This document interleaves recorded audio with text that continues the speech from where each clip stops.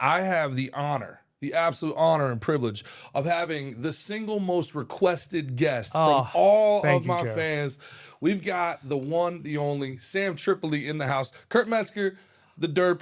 He's a close second, but number one in the flesh, Sam Tripoli. Welcome to Gerard versus Evil. Thanks for having me on, dude. I'm glad we could finally make it. Dude, I've been a big fan of yours for a long time. Seeing your evolution as you dive into the darkness. Now I want to get into. How long you been doing this show? I've been doing this show for 4 years now. Oh, nice. Yeah, 3 years. Me and the PBD podcast. I got fired from the PBD podcast about. You're my second 3 years friend ago. that happened to. So I started Gerard versus Evil. First, I started Slick and Thick with Mickey Gall in the UFC, and then Gerard versus love Evil. him. He's the best, and he's enjoying fatherhood right now. Yeah, he's the best. Dude. Once that baby's up and running, Slick and Thick will come back. Let's but go. until then, I'm gonna have to steer the ship myself. But before we get started, I got to get into VetClaims.ai. That's VetClaims.ai. If you know anybody that has ever dealt with any level of government, imagine going to the DMV to trying to get the benefits that you've earned fighting for your country. It's an impossible task, and our veterans should not have to fight a battle here at home once they're all done fighting for us abroad. VetClaims.ai helps you. They use proprietary technology, and also they have 300 veterans on staff that have been through it before. You are not alone. If you, your brother, your sister, your father, your boyfriend, anybody you know in your life that has ever served this country, if they need to get the benefits that they've earned, go to VetClaims.ai and they'll help you out, get you every single cent that you're on. VetClaims.ai.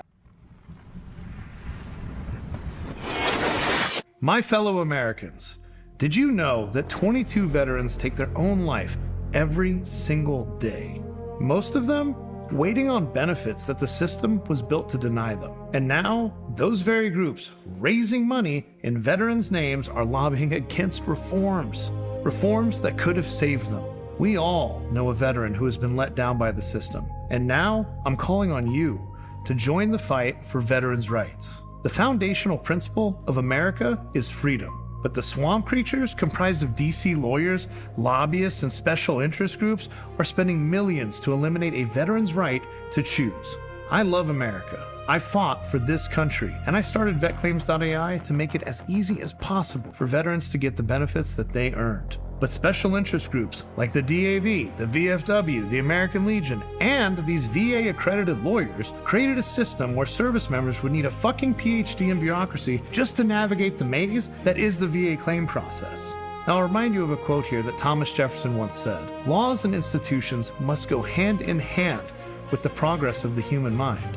It is with that in mind that I'm so excited to tell you that I'm donating $50,000 to the Hunter 7 Foundation. No strings, no conditions, but because veterans dying of service-connected cancers cannot wait on Washington any longer. Now, I'm putting an additional $25,000 on the table, right here, for any of the national commanders of the DAV, VFW, or American Legion. Any one of them, any one of you brave enough to sit across from me on camera, live and unedited, to defend the system their organizations built and are lobbying so hard to maintain. 60 minutes, no staff, no edits. If they won't show up to defend it, veterans, you will know why. If you are still here and would like to learn more on the who, what, when, where, and why this is happening, go to VetClaims.ai/fight and learn how you can protect veterans' rights and be a part of making a better future for America's warfighters. That's a great read and a great sponsor and a great job that they do. You know, I think one of the best arguments against universal health care is the VA and everything that our veterans have to go through just to get their freaking benefits, dude. Dude, the stories I've heard growing up were bad, but now that I've been involved with vet claims, it's insane. There was a poor bastard, this poor kid in San Diego, 20 years old.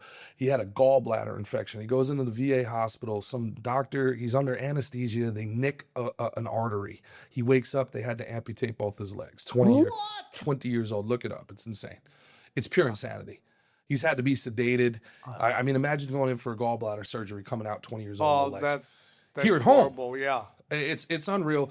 And Vet Claims does such a great job of advocating, helping people. And it's more than just the claims process. Because they have so many vets on payroll. Some guys call up and, you know, they don't rush you out. You're not dealing with some bureaucrat just trying to, you know, turn and burn you. These guys will take the time to Great understand. organization with a great cause. 100%. Respect VetClaims.ai. on that. Now, on a different note, we have telerx.com. That's telehealth. Never again, Sam, will you have to, after a wild weekend on the road, go into your doctor and say, hey, look, this is a weird bump, dude. Yeah. And have those condescending It's eyes fire. look at you. I'm peeing fire. Right. And then also, you know, then it's not enough that the doctor has to look at you. Then you have to go to the hot chick behind the pharmacy. Yeah. And she looks and she's like, again, really? Penicillin? Yeah. Never again. You go to telerx.com, you put in your symptoms, and they mail your medication directly to you. Respect. You skip the doctor, you skip the pharmacy, telerx.com. Perfect. Use code SNT for 20% off. All right, now that the bills are paid. Viruses aren't real.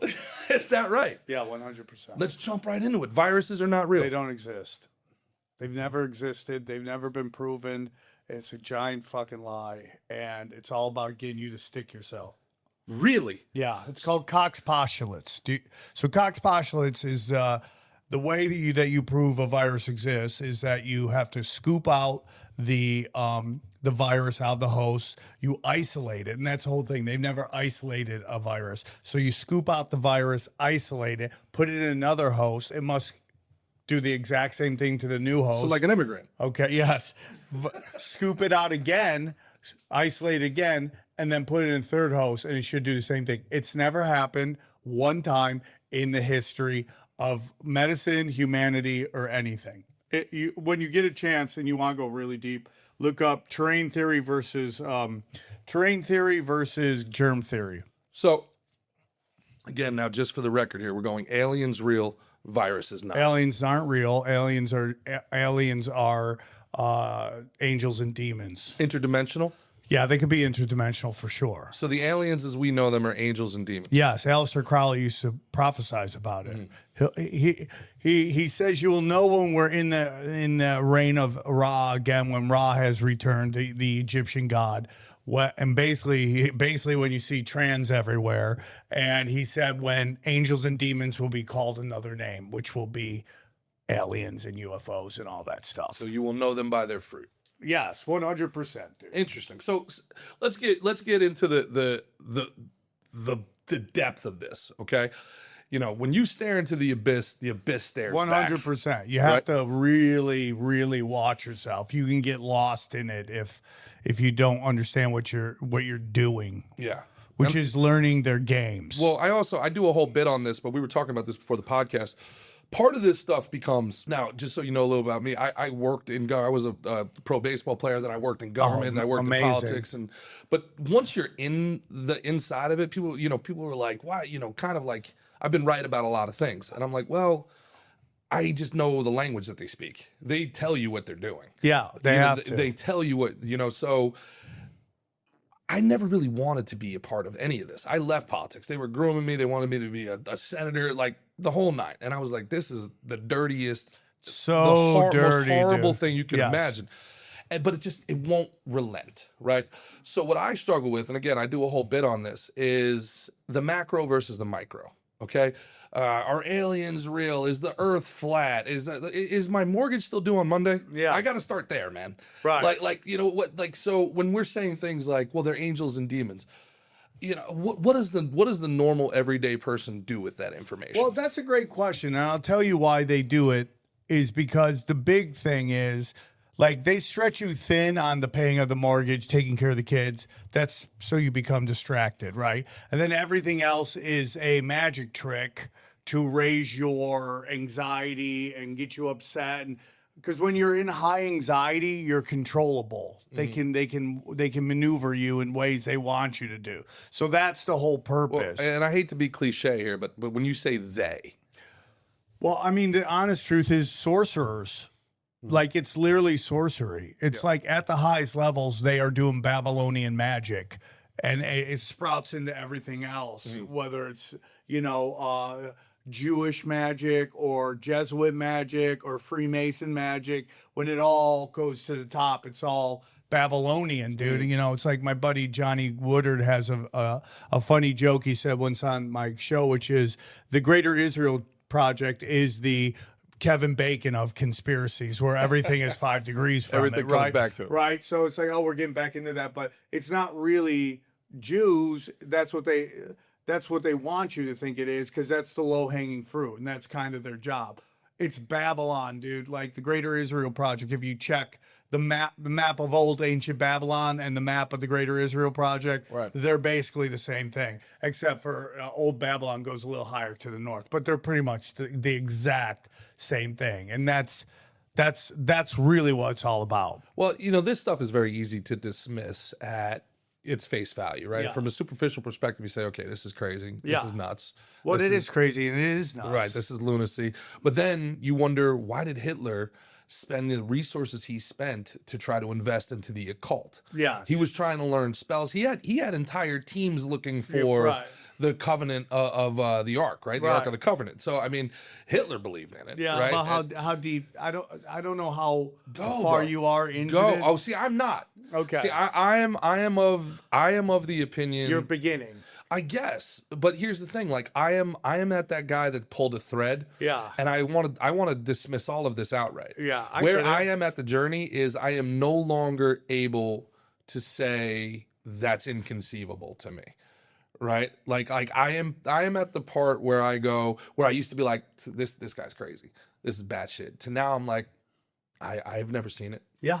Like so I'm sitting here and I hate to be a fence sitter here, but I'm like, I want to see more information, because so much of what I believed from my institutional upbringing and education Yes. has been disproven. Yes. Right? All I want to see is as much scrutiny provided, the amount of scrutiny guys like you, Yeah. and the amount of evidence you have to provide. Yeah. I want the same thing from mainstream. Yeah. Like, imagine if we It'll held, never happen. right? Imagine if we held the people on CNN to the same standards they hold you. Right. It's like the view of Trump versus the view of Obama. The fact that people don't see them the same way, either positive or negative, is a sign of propaganda.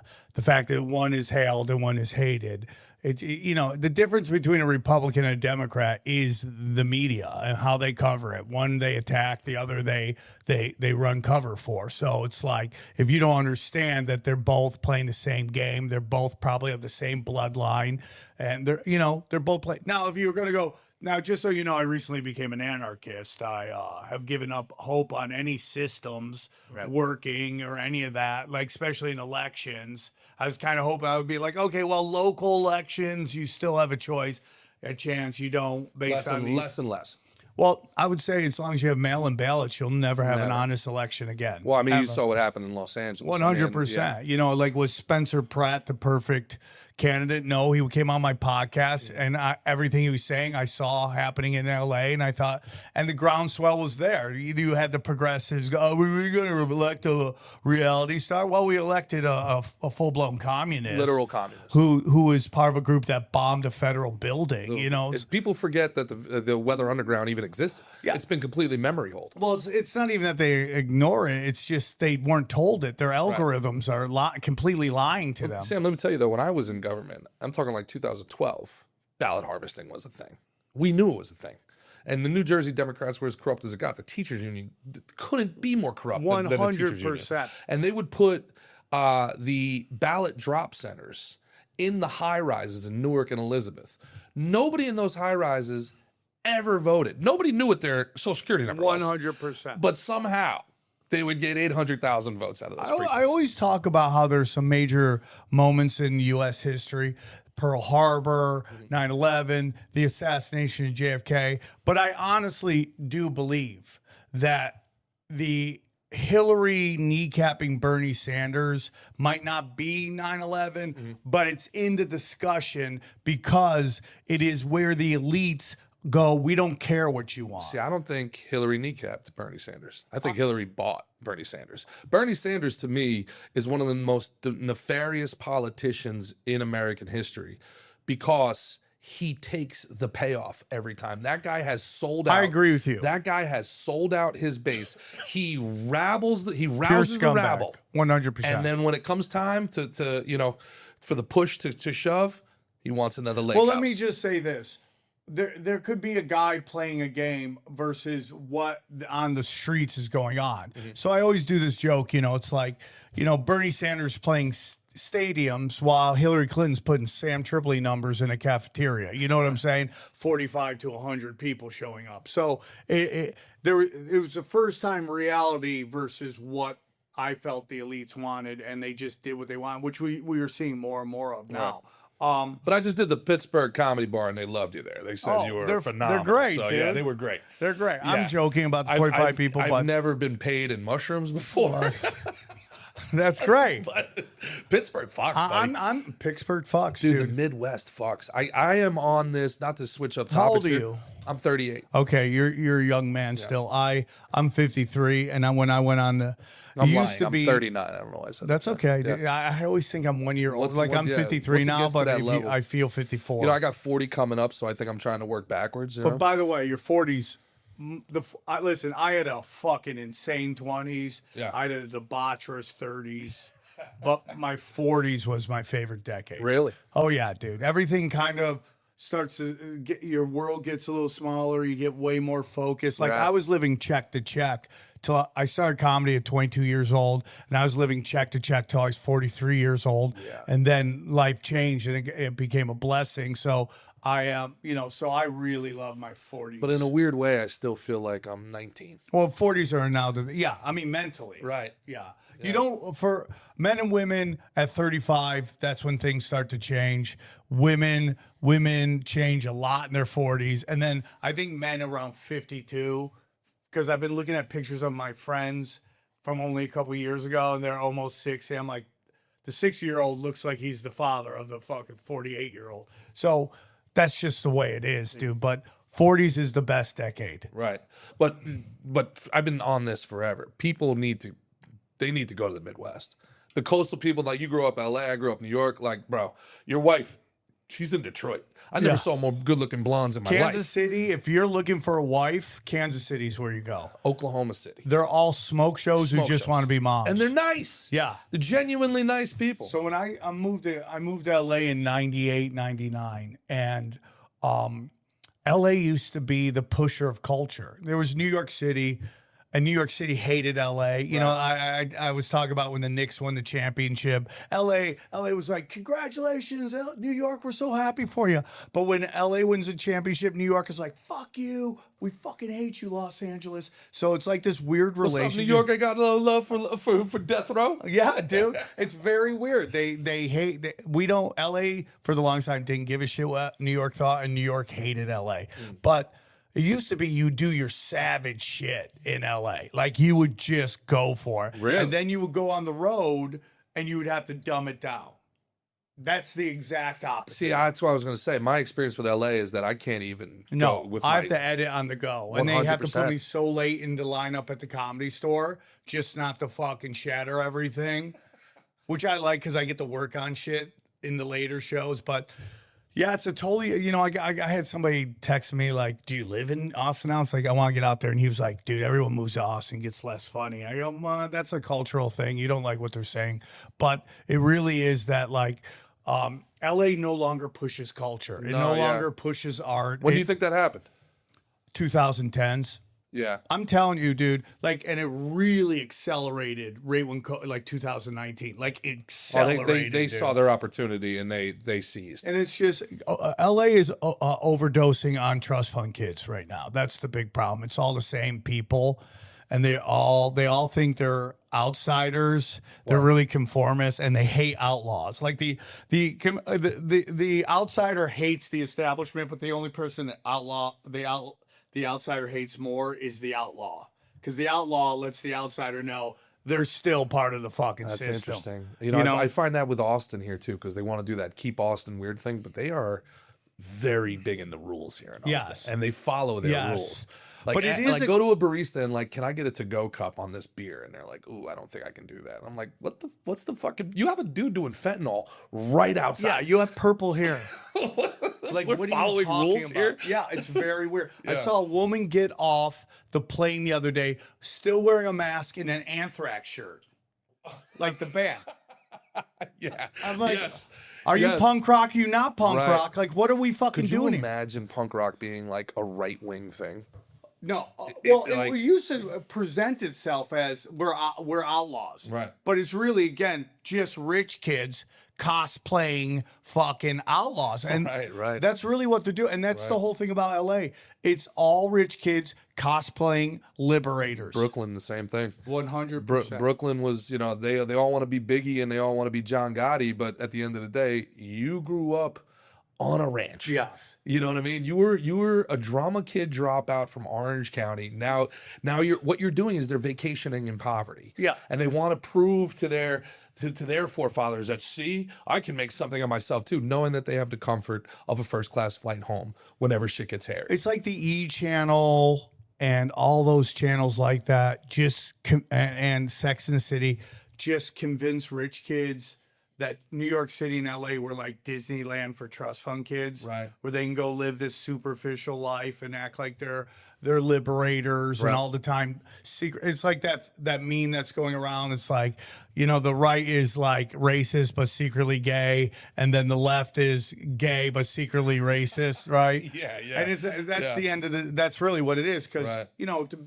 to make it in pocket, like to really blow up, you have to go hard right or hard left. Right. You gotta galvanize a fan base. But they always end up losing it because the right turns out to be a gay guy and the left gets caught saying the N-word Right. or calling slurs against gay people, because people are human beings, right? Right. And it's the old Thomas Sowell saying, where it's like, in a society that demands perfection, only liars can succeed. Well, not to pump my own tires, but I've turned down some opportunities because I've genuinely said, I can't be perpetually angry. I can't be mad every day. Yeah. I can't go on TV and just be angry every day. And I can't go up there and say, they're stupid, we're smart. Yeah. They're idiots, we're the best in the world. If you believe, like, I can't spend my life, my limited time on this planet, I can't spend my life doing that. And I'm sure you've had people say the same thing, management agents, and these guys are like, you got to find a niche. Bitch, I'm the niche. Yeah. If I want to talk about the Knicks, I'm going to talk about the Knicks. If I Yes. want to talk about cigars, I'm going to talk about cigars. Yes. If it's me. People either like me or they don't like me. Yes. Like, we're going to have conversations because we're nuanced human beings, Yeah. man.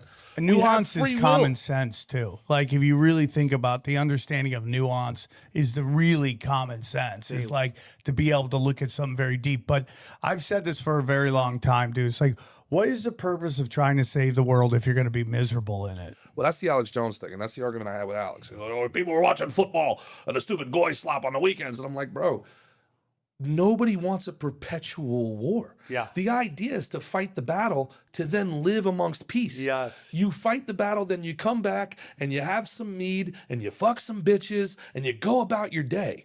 All you want to be Cincinnatus. Yeah. You want to be Marcus Aurelius. If the idea is to be a perpetual warfare, Yes. then you're an enemy to what you think you're trying to protect. Yeah, 100%. When somebody finds himself as a hammer, everything looks like a nail. 100%. You know what I mean? And dude. this is the human experience to me. I want to talk to people who are different than me.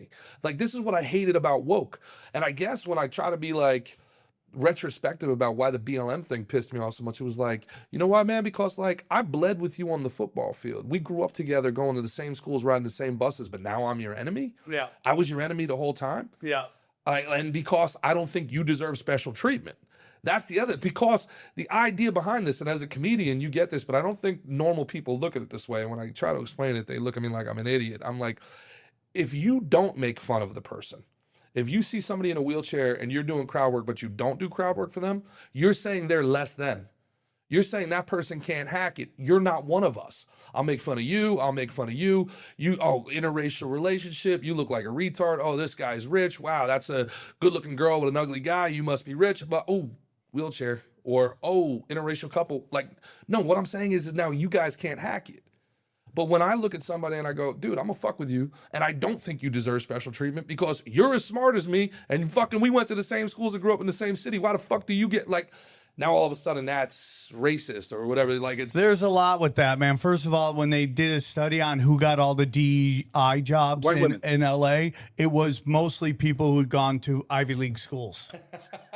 They just happen to be black, gay, or woman, or whatever, but they are all rich kids. And the second thing is, and this is why I defend Tony Hinchcliffe so much. I'm an old friend of his for a long time. I knew Tony when he was a road guy. I took him on the road. I taught him stand up. He'll tell you all that. So I'm really proud of everything he does. And a lot of the hate towards Tony is because there's this thing where like people get labeled as gonna make it. They're the chosen ones. They're gonna make it. And then when someone comes out of nowhere and makes it, that wasn't designated as the next great one, people get pissed. So it shows them that they're losing control. Scott Van Pelt said this once on Sports Center. He goes, and it's when he said it, it hit me with a ton of bricks. I go, he just said the most profound shit.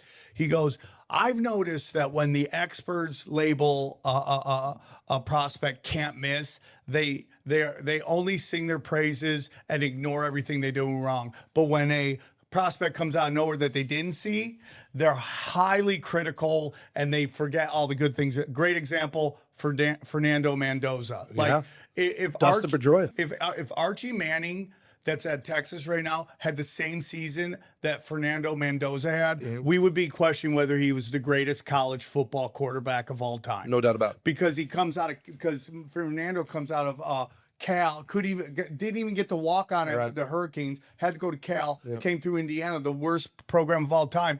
And you got these guys who have all these YouTube channels. They're all like, no, he's not that great. It's overrated. He's a one-read quarterback. He's like, shut up. Yeah. So the big thing right now is, and this is why I defend Tony. This is why my special's coming out, and I have this whole bit about how everybody's retarded, and I go through each group.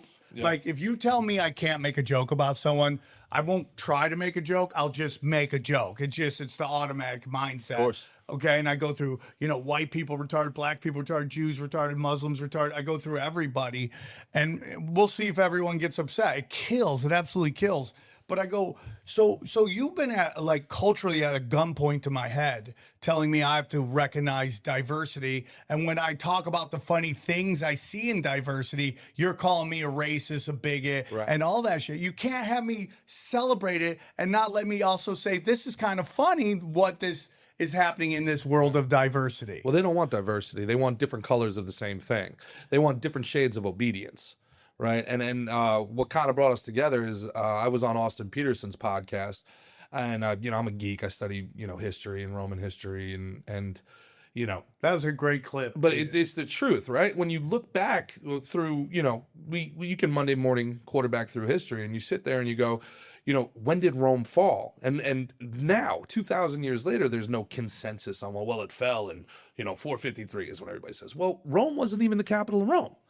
And then again, I talk about Justinian selling, and I got to give my history, guys. It wasn't Justinian going across. Justinian sent Belisarius, one of the best generals ever. How dare you? for the sake of time. So, but for people that haven't seen the clip, as the Byzantine Empire, which never existed, they never called themselves Byzantines. They were Romans. They thought of themselves as Romans. We have since declared them Byzantines, okay? He goes, he survives the plague, he survives Aurelian. How can I be the emperor of Rome if Rome is not even in our empire? So they go west and they start reconstituting the Roman Empire. And it's been 70, 80 years since Rome fell. And they're coming across these farmers in Dalmatia. And they're like, hey, welcome back into the Roman Empire. And they're like, what do you mean? We've never left the Roman Empire. And they're like, no, Rome fell like 75 years ago. And they're like, well, then who the fuck have we been paying taxes to?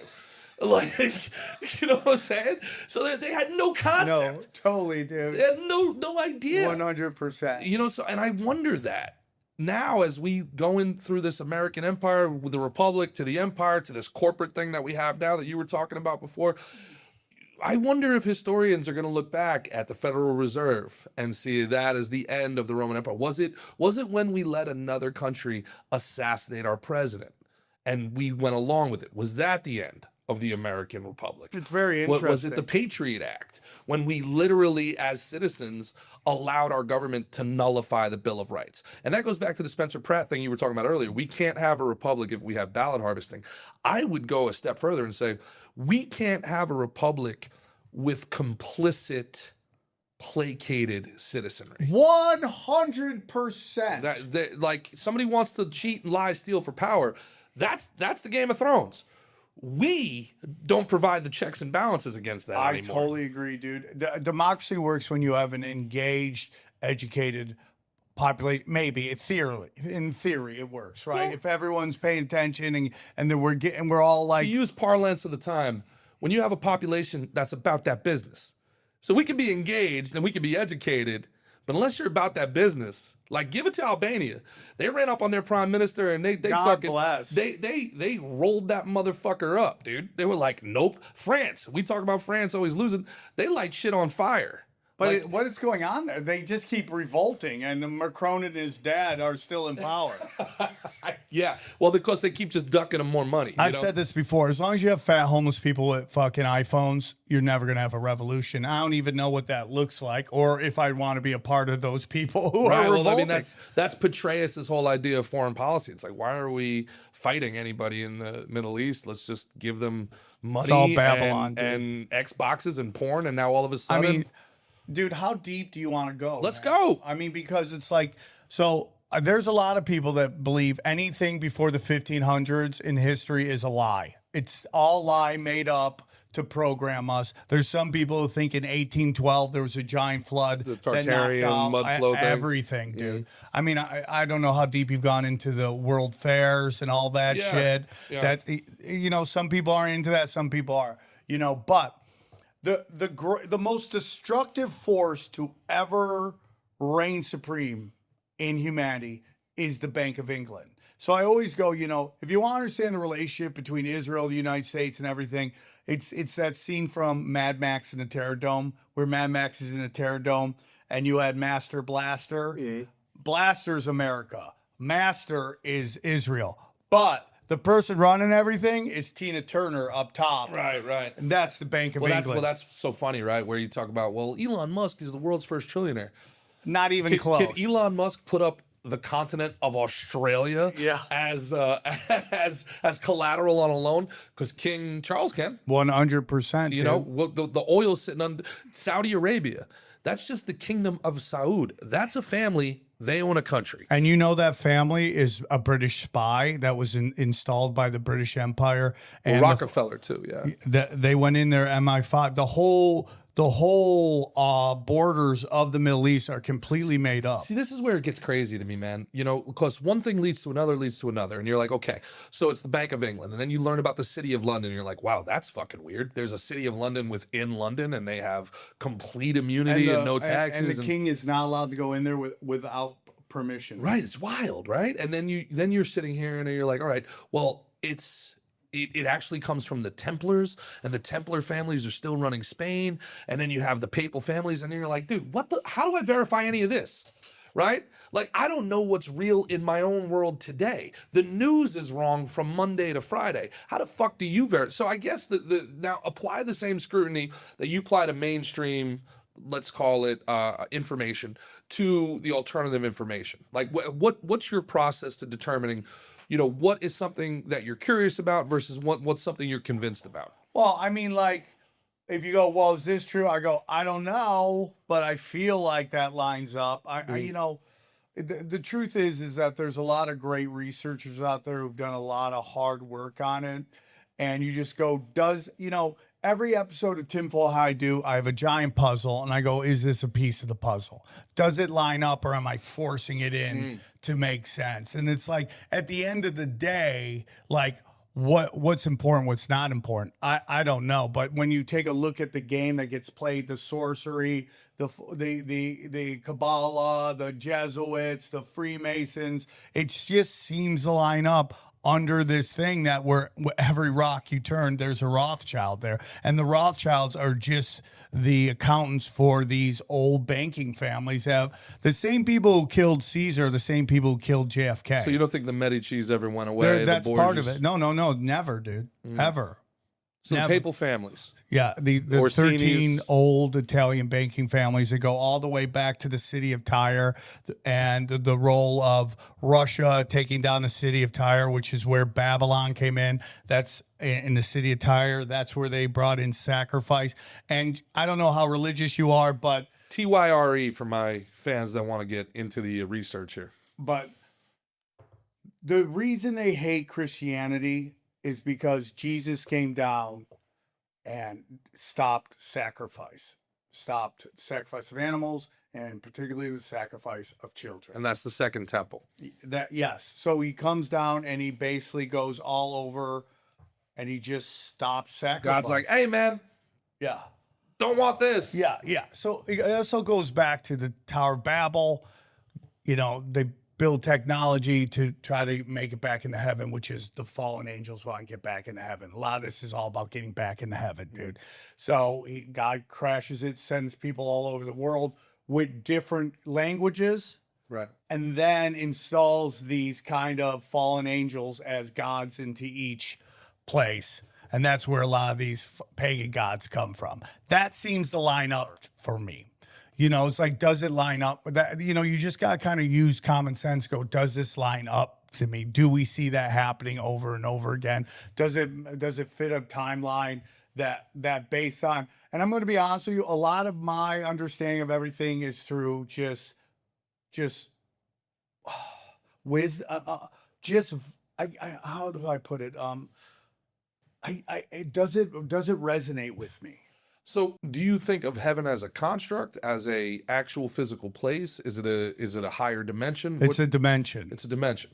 So you almost in the Buddhist and Hindu methodology, you elevate depending on your virtue. So it's like, you know, is everything that these pagans believe? This is just Sam speaking, not everybody else. Like I would tell you, every one of the Abrahamic religions have been somehow molested by these sorcerers. They've gone in and they've installed their beliefs, and most of your Christian holidays are pagan holidays. Right. Easter, Christmas, all those are pagan holidays. So again, I look at the Bible as we know it, the New Testament especially, as less a religious book and more of a treaty between the monotheistic eastern part of the empire and the polytheistic western part. And I'm Right. down with that. Yeah.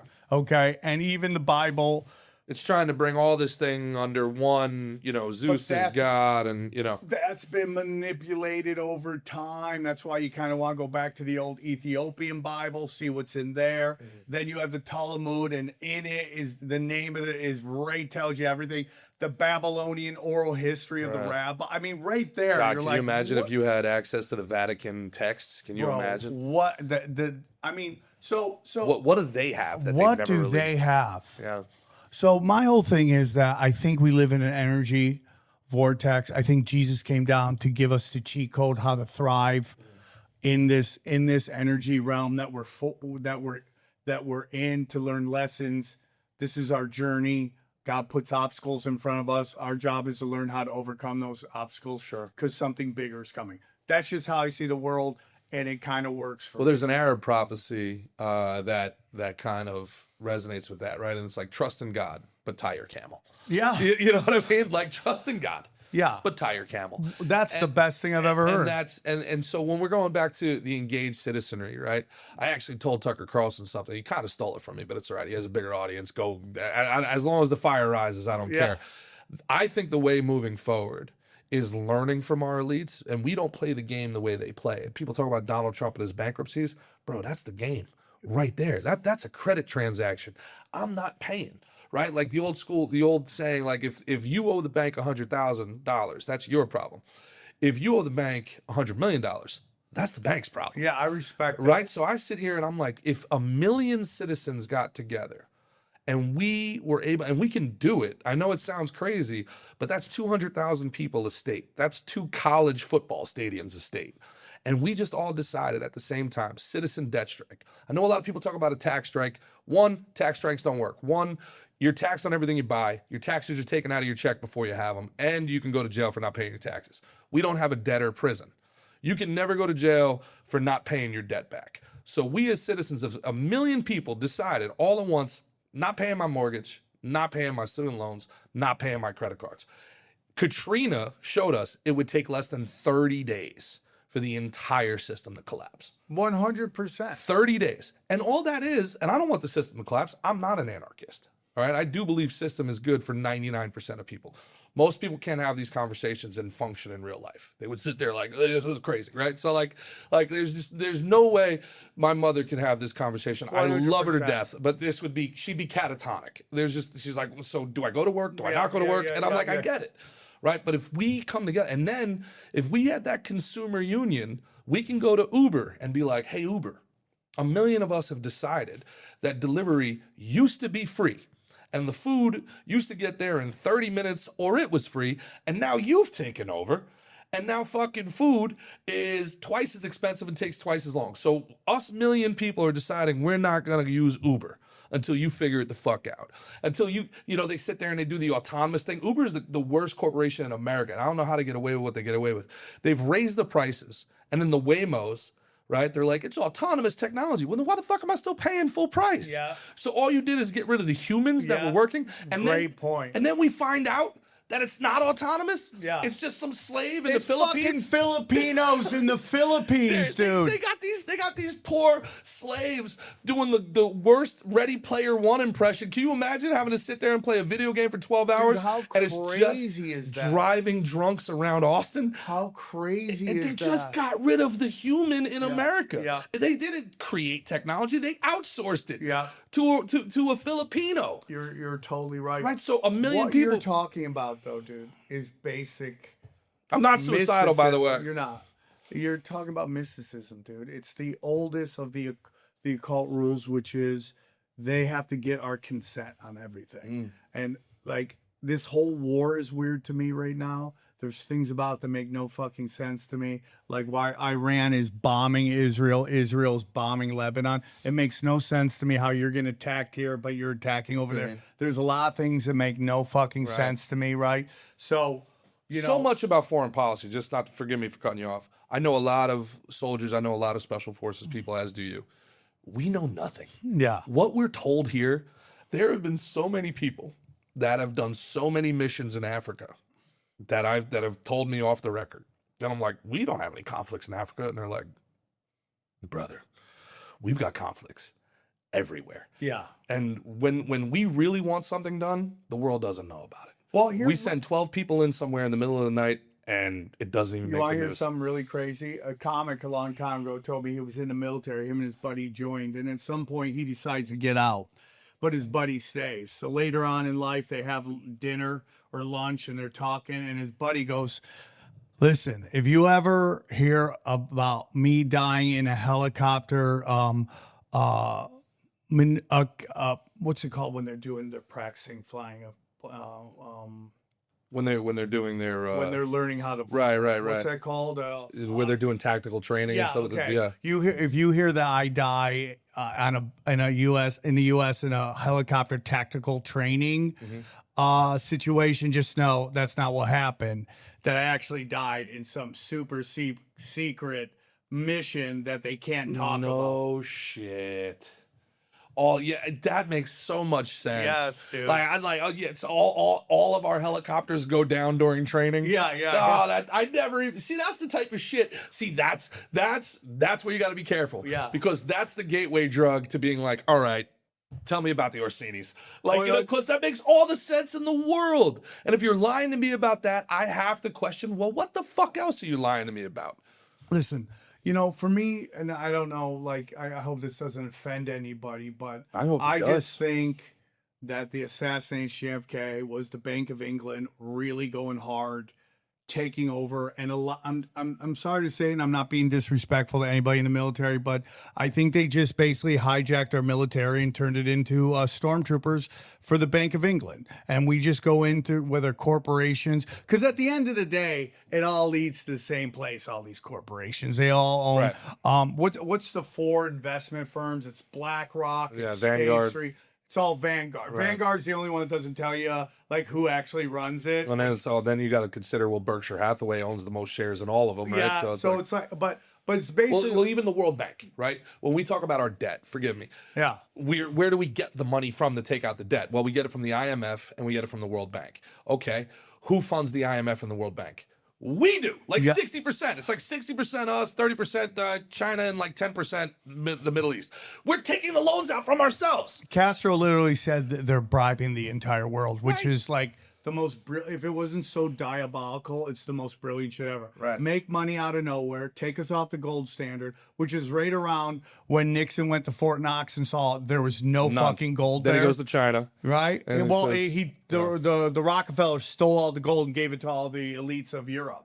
And then so this article comes out in like the New York Times and is like, yeah, the Rockefellers gave it to all the Europeans. The next day they find out the whistleblower is a Rockefeller secretary and she falls off her balcony. Well, Rumsfeld goes on TV and says, we can't account for 2.3 trillion.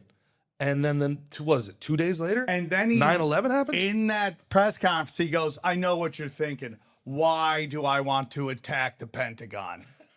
Literally right there. And that's why the Louis C.K. Opie and Anthony interview is probably the peak of comedy.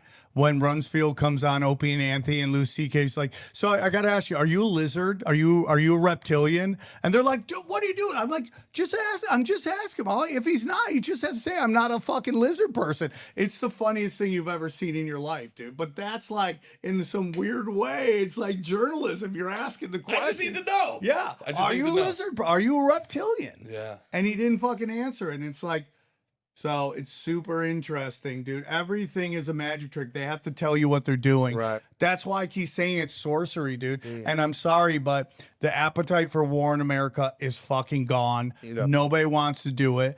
Nobody wants their kids to die for this little country in the Middle East. Right. And I'm not saying they haven't sent some people. We've talked about these black ops. Right. I'm not saying they haven't sent some boots on the ground there, but the movement to move, to just send a full on our sons and daughters over there. Right. There's no fucking appetite Well, the for old game plan to cull the herd by 1 million plus people, destroy cities to then, give yourself a 50-year economy of rebuilding it. That doesn't work anymore. Yeah, it's we done. don't play that game anymore. And it's just like, I mean, like, I don't want to get like too deep in the shit that would make anybody uncomfortable, but there's literally a group of people that look at us like we're fucking cattle. And their job is to fucking thin the herd. And that's like, people can ignore that and not like that, because facts hurt feelings. Well, when Klaus Schwab calls people useless eaters, Yeah. It's kind of, you should, when the guy running the organization of the world's most powerful billionaires Right. calls middle and lower class humans useless eaters, you should probably pay attention to that. 100%. That's why they have. That's why, By the way, look it up. His words, not mine. He wrote it in the Fourth Industrial Revolution.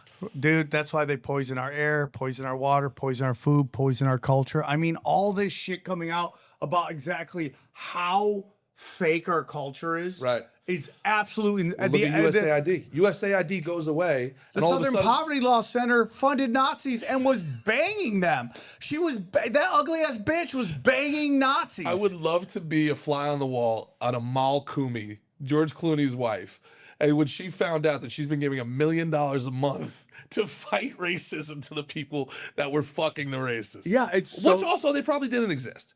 Yeah, 100%. Yeah. I mean, it's too organized. Well, dude. USAID Like, dude, listen, you go on the road, you try sell tickets. Yeah. I'm sure you sell a lot of tickets, but sometimes you don't sell some tickets. And you're like, what do I got to do to sell tickets? Yet these people somehow organize everything. Right. Like, they just, like, hey, dude, we're going to have it organized. We're going to the No Kings rally, right? Which is the most hilarious thing ever because it was funded by Walmart that pays full-time employees not enough money. They got to get government assistance. Right. Then a king actually comes to America, We're excited. and there's Nothing. no kings. Yeah. I went to a couple No Kings rallies. I covered them for Normal World with the Blaze with Dave. And one of the more shocking things was nobody could name me 3 nations with a king right now. They couldn't name me 3 kings. They couldn't name me 3 nations with That's a king hilarious. right now. It was a social event for a lot of people. There's the paid for crowds. Those are real. They try to tell you that they're not, but they're very real. My buddy got mad at me. He's like, they're not paid for. I go, they're 100%. And I'm saying everybody. Well, the there. Drinking Bros had the CEO on their podcast, and he's like politically agnostic. He doesn't give a shit. He's like, yeah, no, we pay these people like $15 an hour, and then he's like, we work for a lot of events. Well, what was crazy about that to your point that I thought got skipped over because we were so politicized and we want to know about these political events. But he was talking about pop stars. He was talking about, festivals and like people showing up with signs. And I'm like, so a motherfucker's headlining a festival and he's got to pay people to come see him, and it's all optics. They're just creating optics.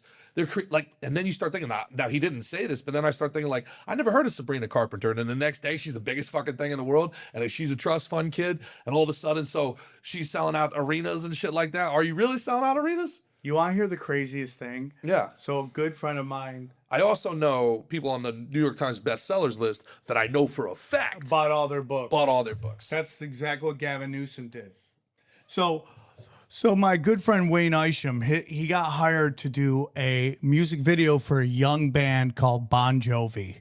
And they were opening up for, I forget who they were opening up for, but they were opening band. And Pride of Sayreville, New Jersey. They really had hopes for this guy. So they wanted everyone to think that they were an arena act.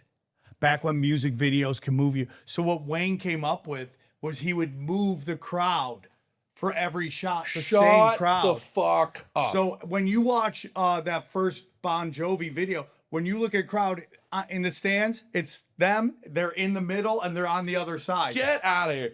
So Operation Mockingbird is wild. Yeah, dude. Like you said in 2010s, that was their peak. Yeah. That was their pinnacle. They were drilling it right into our heads through TV. I don't know how social media got away from them. I think they underestimated social media. So I got a good friend of mine named Tino, and his whole thing is like, maybe that is their plan to get us so divided. You got to understand something. 100 Flowers, Operation Trust, and to a point Q were all about like kind of pacifying people, corralling people, and most importantly, identifying who the shit talkers are, right? If you know about 100 Flowers in China. I don't. Oh, you don't? Okay. No. So Mao is like, listen, we're going to allow you to criticize the government for 100 days. You can say whatever you want. You won't get any repercussions. So 100 days, people would show up and be like, we don't like this. After 100 days, round up everybody, slaughter the shit out of them. In Russia, it was called Operation Trust, which is what basically Q was. And Q was used through, Jeffrey Epstein was like a big part of Q. Right. But what the part of Q is like, it's about corralling. Metzger's been talking a lot about this, right? Yeah. It's about corralling the conspiracy theorists, the troublemakers into a little area and pacifying them like patriots in control, right? So they move. But the thing about Operation Trust is that they actually tell you what's going on because they know the people they want to corral are the most paranoid. So they know they got to give them the good shit, the street, like the uncut shit. And so everything that was in Q is happening now. And everyone who was like, Q was right. Yeah, they were right because they told you that because they were trying to corral you to be like, Trump's going to get everything going. Trump's our savior. Don't worry about it. We fucking got it. So that's the whole thing. When people go, oh, Q was a psyop. Yeah, it was a psyop. But they literally told you what was going on because they were trying to pacify the conspiracy theorist. They wanted you to self-identify. Yes. And then they gave you the uncut shit. So then when you talk to the general public, they're like, this fucking guy's crazy. Yes. And then slowly over time to the point Bill Maher was like, I owe an apology to Q. They were right. We were wrong. You're like, of course, because they were telling us exactly what's going on because they needed us to trust Q. And you know what I think Q was? Q was the first time they beta tested AI to see if it could resonate with people.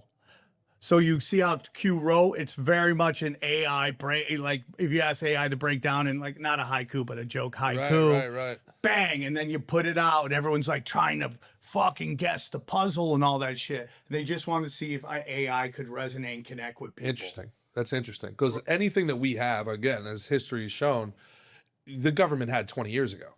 Dude, the government had the internet. No, dude. I mean, there's people who are talking about. What do you think military grade AI is right now? Well, you don't know it. Right. I mean, the early part is like that first plane hitting one of the buildings. A lot of people think that was like one of the first real projections of AI because the plane makes no sense as it hits the side of the building. It just doesn't.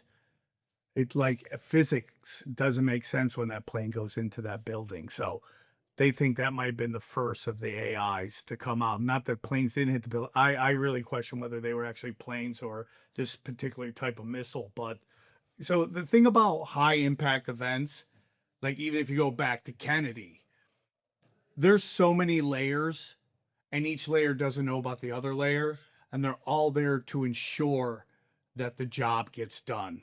If one layer fails, the next layer's there to fucking ensure, and if that fails, bang. So you had explosives, you had planes, which I think are actually drone missiles, and then you had direct energy weapons that was being used. I had this really great guy, Jim Lee, come on my podcast. And if you ever want to have him on, I don't know if he does Zoom, but man, he'll break down weather to you and how they actually have gotten so good at weather manipulation Right. that they can send out frequencies. Which, by the way, was a massive conspiracy theory. You would have been out of your fucking mind to say this even 10 years ago. And now they look at you like, of course we're manipulating the weather. Yeah. That's what I go, my girlfriend's Jewish, but she's like, it might rain on UFC 250. I go, the Jews aren't going to let the rain happen, dude. They ain't gonna let that fight happen. They run the weather. Data's paid the tax. He's good. Yeah.